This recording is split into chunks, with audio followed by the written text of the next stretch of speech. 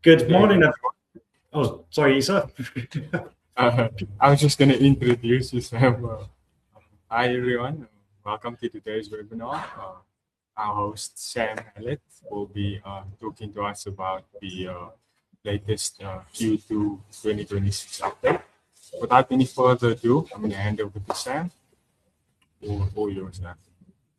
Thank you, Isa, for that. And good morning, everybody. And it's great to see some names on the call that I haven't seen for a very long time, actually. So very good to see that.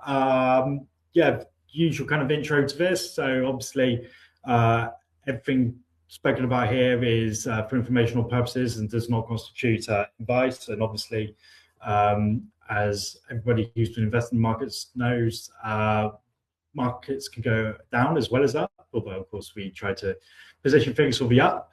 And obviously we are a trading name of Ascot Wealth Management Limited, who are regulated and authorized by the FCA. So what we'll go over is we'll talk about Q2, plain English, try to not go too technical, and then talk about how the CBAM portfolio is performed and how that compares to our peers, and then why we haven't gone chasing the crowd. So very good performance, but there's parts of the market that we're just being wary of a little bit. Before moving on to how we're positioned for the rest of the year and what this all means for you, ending with a bit of Q&A. So the summary is that it was a really strong quarter. We had a recovery from the risk that went on at the very end of Q1, or you think Q1, March was dominated by Iran. So as markets realized that actually we could get by okay, the risk sentiment from that came off. And if I'm perfectly honest, hearing from my peers and also from the journalistic parts of the industry, they got bored of talking about it. So concentration as to that wound down, but it was a very narrow market. So AI kind of themes really pushed hard. So 5 stocks, as you can see, they drove over half of the S&P 500 gains for the year to date. That's a huge concentration there, and rather normal. But even more concentrated, however, was emerging markets. Basically boiled down to 2 or 3 names within the memory space. So Samsung, SK Hynix, both of these names rallied enormously over Q2. Started to unwind a little bit, which isn't surprising, but that has been quite a big theme so far this year. As you can see, talking 16.4% up for the S&P 500, 24% up for the emerging markets. Gold, however, came down. There's 2 sides to the story. So one is the speculative elements that powered that end of last year gold rally. They came out, the speculative trade around, but also because the Fed pivoted to expecting 1 or 2 hikes this year. And gold kind of trades quite a bit off of what's seen as real rates. So that unwound that to a degree there. But the wider story is still in place for gold. The Central Bank of China, central banks generally worldwide, are still very much buying gold. So the central thesis behind the gold trade is still active there. So as I spoke there, the interest rate U-turn. At the beginning of this quarter, markets were still in the short term expecting interest rate cuts. But by the end of the quarter, US CPI, US inflation, had risen quite a bit. So there was more expectation to rates stay high a bit. What's interesting, though, is that bonds have been doing their job in terms of steadying portfolios, something that we haven't seen for a little while. So that's quite that we like to see in the portfolio, but we haven't seen for a while. But yeah, mostly covered that in the last slide.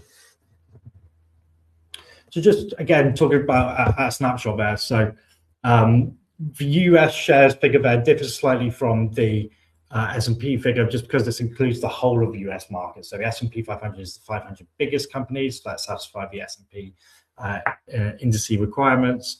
So this includes the more smaller cap and the more junky, so to speak, names in the portfolio. So those less quality names really rallied hard last quarter. So they performed over 20%, really strong outperformance there. But it's not necessarily a sustainable rally. And also those small cap names are starting to look quite expensive. So in the event of any kind of market unsettlement, not only would those come down just off of a risk-averse sentiment, but also because they're expensive, they come off double. We tend to avoid at the moment that part of the market just because of expensiveness that it holds. But it's certainly an area that we always keep an eye out on. Japan has got a continuing story with regards to the change of government beginning of last year, so very much fiscally loose government kind of going on there. So that's helping powering quite a few of the themes that benefit from that area, but also Japan is seen as being the big market for automation robotics. So that's one fit, like perhaps the next part of the AI trade will be in that direction. So Japan is running quite hard in advance of that. And Europe, again, go back to the AI trade. So you have ASML based in Netherlands, who make the machines that make the chips. And so there's very few numbers of companies that could do this to this level, so very, very hard. But also, as the Iran war started to unwind, Europe was quite sensitive to the Iran war, so that helped out part there. And as I said, as the Iran war kind of around, as you can imagine, commodities also sold off to a degree. So how your portfolio did? So it was a great quarter. You know, if you're in the higher up portfolios, more less risk averse, so more risky portfolios, more volatile portfolios, they returned double digits for the quarter. So fantastic. But even the conservative portfolios returning 4.5% there. So a really strong quarter. When compared to our industry peers, unfortunately, the P and the R range are very similar colored here, so it's quite hard to tell. But the left-hand column is the P range, right middle column is the R range, and the right-hand column is the ARC MPS benchmark, so an industry peer benchmark. So we performed well against those benchmarks on the quarter, which is always good to see. Full disclosure, and it just shows the level that we hold ourselves to. And that is, that's a slight misnomer when I'm talking about multi-asset funds. Compared to our internal benchmark, we did underperform on the quarter, unfortunately. There's reasons for this. So those composite elements within our internal benchmark, some of them were very much going after that small cap rally, which, as I said, we definitely don't see as being sustainable, and that made a big difference. Also, within Europe and in emerging markets, we hold funds that typically are quite quality orientated. So those more, as I said, less quality parts that really rallied hard. We ended up underperforming on those two areas there. But it just goes to show that the standards that we hold ourselves up to, that although on our internal benchmark we underperformed by round about 1%, compare that to our peers where we outperformed by around about that same amount, just kind of shows the standard that we hold ourselves to there. Already covered this element, you know, talking about being powered by a very much a narrow part of the market, and also that more junky end as well. The ballast that we hold in the portfolio, so that gold, infrastructure, global cash, you know, they underperformed a little bit on the quarter. Infrastructure is quite sensitive to longer dated government yields, and those have been selling off just on the basis of some fiscal concerns. Obviously, more than happy if people want to chat a little bit about, you know, Burnham and how that's affected markets. Myself and Mark have just finished up this week's podcast recording. So contact your advisor if you want to point us to where those live. They are where we spoke about this at quite a bit of length actually, and had different opinions. So that's quite interesting. But various parts of the portfolio underperformed. So we weren't full risk on. We were prudent about managing the portfolio as a whole, and that's what adds to that detractor element that I stated earlier. Just an example there about tracing that short story and what can often end up happening. Nokia, after all, we all remember, let's be honest, everyone on this call probably had a Nokia 3210 or 3310. And yeah, who has a Nokia now? But it's interesting how Nokia is now turning into an AI story, which is quite interesting. But it goes to show why you shouldn't chase the crowd. July has changed. This has actually changed quite a bit since I did this slide a few days ago. As is not surprising, after a really hard rally, the start of the next quarter can be a little bit of a pullback, and that's what has happened. We're outperforming benchmarks though on the month to date, which is good. Just as I said, that less quality rally starts to unwind a little bit, so that's been good. The key thing is, even though there's been a little bit of a pullback month to date, those Q2 gains are still very much still intact. The last few weeks on the scale of things, it's been a minor dent to them. Those really crowded trades from last quarter, so Korea has been down kind of like 20% on the month to date, which was really rallying hard, as I said, off of Samsung and SK Hynix. That's kind of unwound a degree, and that's why we were prudent not to chase when we saw the rally was going hard end of last quarter. As I said there, our active holdings are performing there on the longer term basis, and also how they are outperforming their passive equivalents on the month today. Right, so how we position. So we're moving away from that growthy part of the market a little bit now. We're moving a little bit more towards value on the basis of the growth part of the market has just got quite expensive, and not just that, the long-term earnings expectations are at record levels, which to us is starting to look a little bit optimistic. Don't get me wrong, we're not looking at a crash scenario. Even if those long-term earnings are underperformed to a degree, the market still looks generally good. It's just we find better value in other areas within the UK and Europe. So the banking sector looking very healthy indeed. So we're looking at it being much cheaper than the wider market. They're making very good profits. Their margins are good, and they tend to do better as well when interest rates are staying higher for longer. And that's the environment that we've seen recently, as the rates expectations gone from cuts this year to possibly some hikes. So that's some area that we're looking at. And the picks and shovels of AI is still an area that's an interesting part. So it's more kind of like talking about power. The power co's in the US, they've got a huge backlog to try to connect up data centers. There's even was talks at one point, I'm not sure if it completed, of say Microsoft and those kind of size companies even potentially buying a nuclear power station. There's big investment going on still in that area. There's parts now within AI that's very much the story very much talking about connectivity. So up to now it's been very much in terms of copper linkage. Those cables going more to fiber optics. Surprising, actually, we're still talking about things being copper built out 25, 30, 40 years after things started moving in that direction.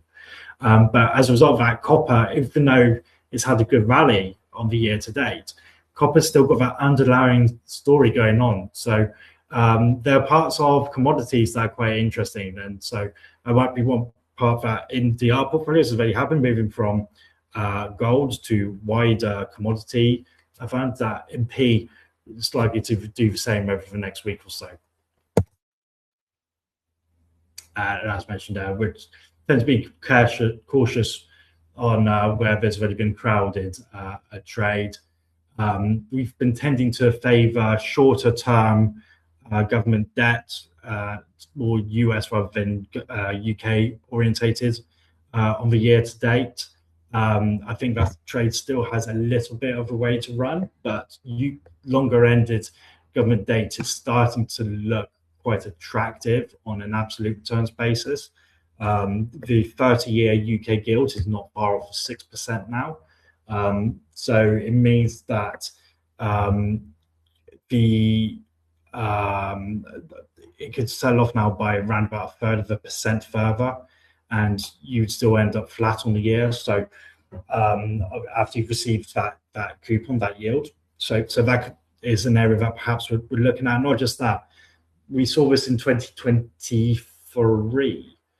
That when other people realise that there's value in that part of the market, they can come back and generate fantastic returns. I think the UK 30-year was in the teens of return over 2 months towards the end of 2023. So it's an area that we're keeping an eye on. It will become attractive at some point, but I think we need to see a little bit more what's coming out from the UK first, possibly wait for the next budget in the autumn there. So steps we took last quarter. So actually, one of the things that we did was we cut costs when an actively managing fund wasn't NSV. So we switched to a similar mandate, but a much cheaper version. So what we moved from turns out to be rather expensive. I don't mind personally holding an expensive fund if it does its job, but it just wasn't. So this had an ongoing charges figure of just over 2%, which is, as I said, quite expensive indeed. Just gone to 0.75% alternative. So there is quite a difference. What makes of the portfolio also happened on the R portfolios. We've been changed from HSBC corporate bond to the LNG US investment grade index fund. So that's again a bit of a cost reduction there. So that's quite important. Where attractively priced, emerging markets and global infrastructure have been added to. Emerging markets generally has a good story still. There will be a broadening out of that market from what's been at the moment, and that's I think we're positioned quite well for. Spoke about we reduced some longer dated government bonds before this story was playing out, but as I said, we're ready to stand by. The shorter ended funds added some short dated US Treasury inflation protected securities, which have done their job, which I'm very glad to say there.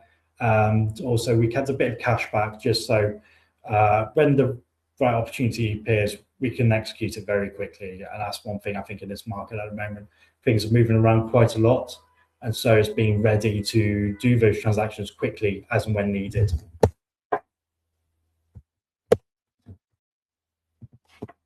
There we go. I think these three points talk very neatly about emerging markets. So the broad index went up 24% in quarter two. Within our, you hold the passive index, so that's there. P has a combination of the passive index and Artemis Smart Gap. Artemis Smart Gap didn't perform, but as I said, that's because it's more quality orientated. What's been bizarre about emerging markets is actually, even though it's had this amazing rally, on a 1 year forward basis, it's actually got a cheaper multiple than it started, which is remarkable. However, as I said, we're very wary about where those long-term earning growth expectations are at the moment. So we're being selective about where possible to hold certain areas of markets that could benefit from a variety of situations rather than banking all in further on the AI trade. We've been, from the AI standpoint, we've fought against the going equal weight narrative quite a number of times because that meant you were going to be underweight the AI trade, and AI trade has certainly performed very well, holding the market weighted SP 500. But equally, I haven't added ever a dedicated tech name, just due to the fact that we already have a huge amount of AI within the S&P 500. So didn't want to double dip into people's portfolios and increase that risk. It's about holding the portfolio for a variety of outcomes, which I just realized I haven't included that slide into here, talk about the different outcomes that I foresee, which is a shame, but I'll make sure that's included on the version that ESA will send around as a follow-up. As I spoke about there, so just Korea simply ran far too fast and is cooling, just as you would expect it. It doesn't necessarily mean that the overall story is over. It's just about the fact that at the moment we're trying to find a portfolio that works under a variety of scenarios, not just those literally two SK Hynix and Samsung names making a huge change in the portfolio. So the long-term case is still there. Actually, I haven't spoken about these points. So although it's probably not surprising about emerging markets being cheaper than the US, but it's around about half of what the US is. So so that's certainly an interesting area there.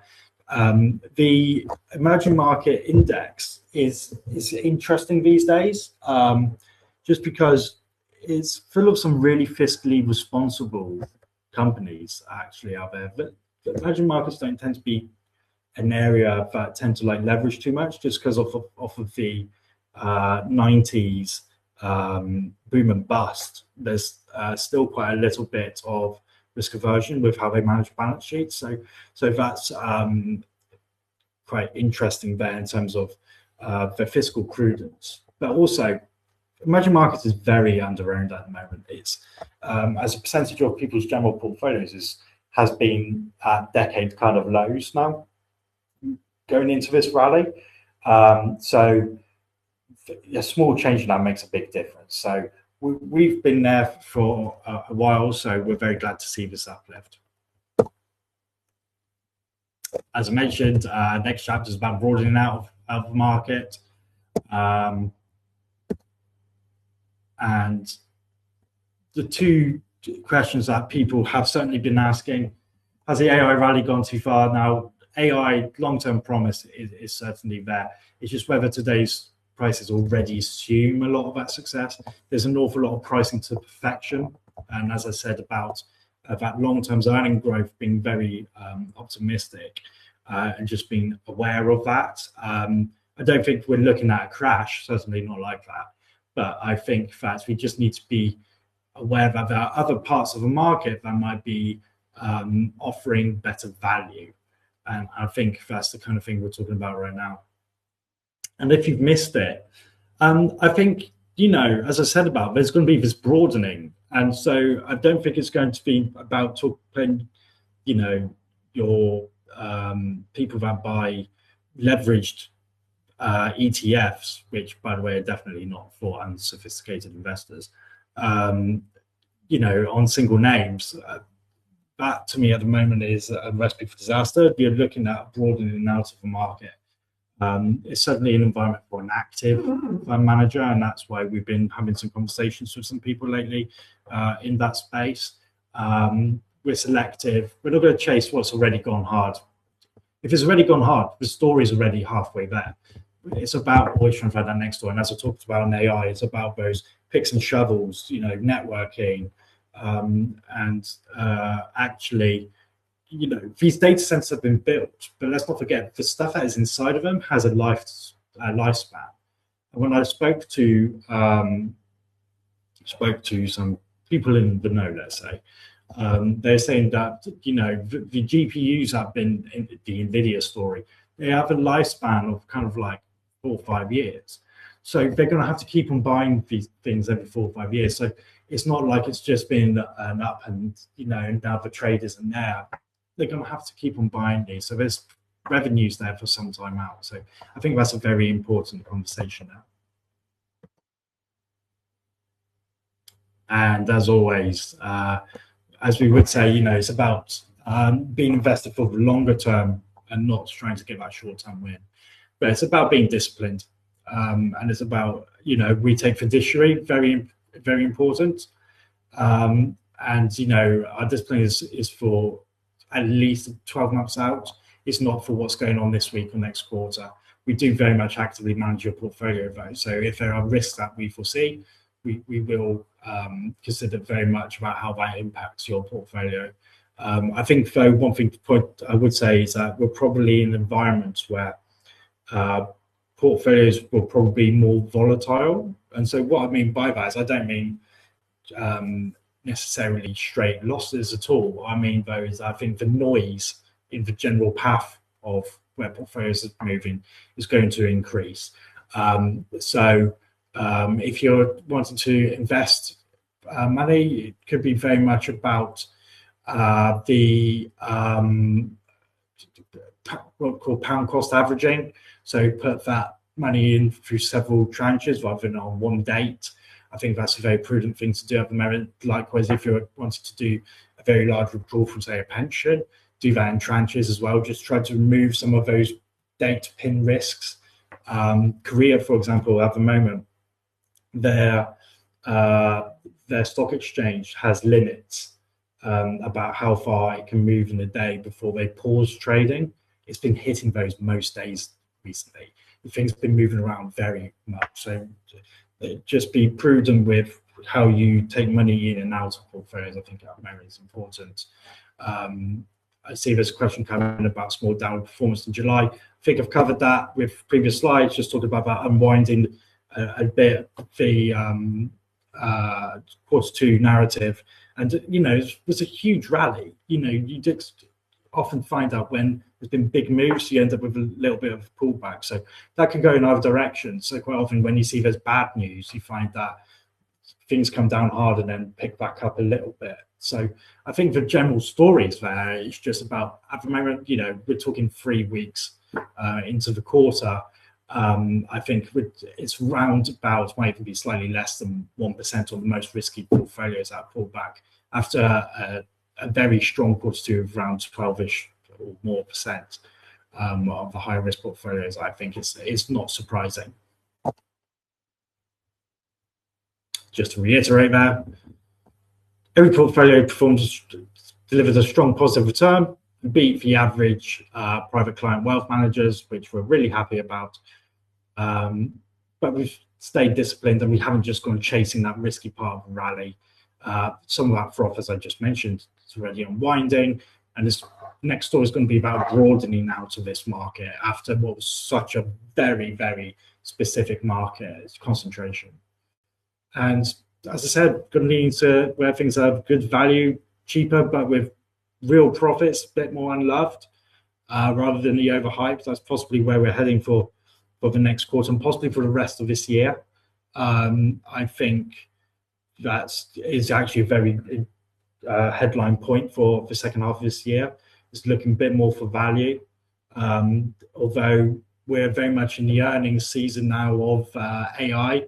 So we will see where those reports come in, and it's about timing of trades, I think, a little bit this year. You can be right, but you might do it too soon and lose that opportunity cost in the meantime. So it's about timing trades and put in my part of the job rather than whether or not you go into a portfolio at the moment. And then, yeah, Isa, over to you.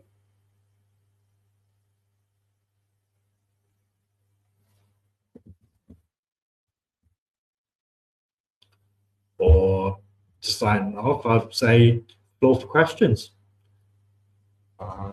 Yeah, you do have a question, Lisa. Will you please talk a bit more about what has caused the small downward performance in July? Yeah, I covered that one off a couple of slides back. Yeah. Okay, cool. So guys, I'm gonna put us over to the survey. Thank you for joining. Thank you, Sam, for the very intuitive webinar. we will send out the recording and slides in the next day or two, so have a look out for that if you did miss anything. Yeah, thank you everyone. Have a great day further. Thank you, boss. Sam.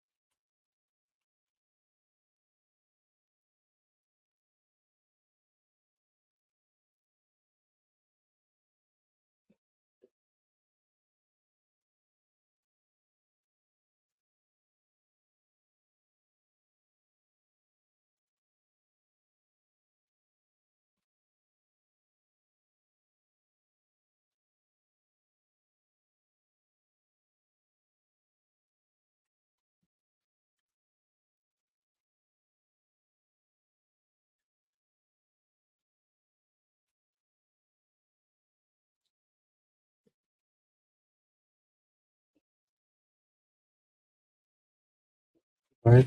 Did it come right after?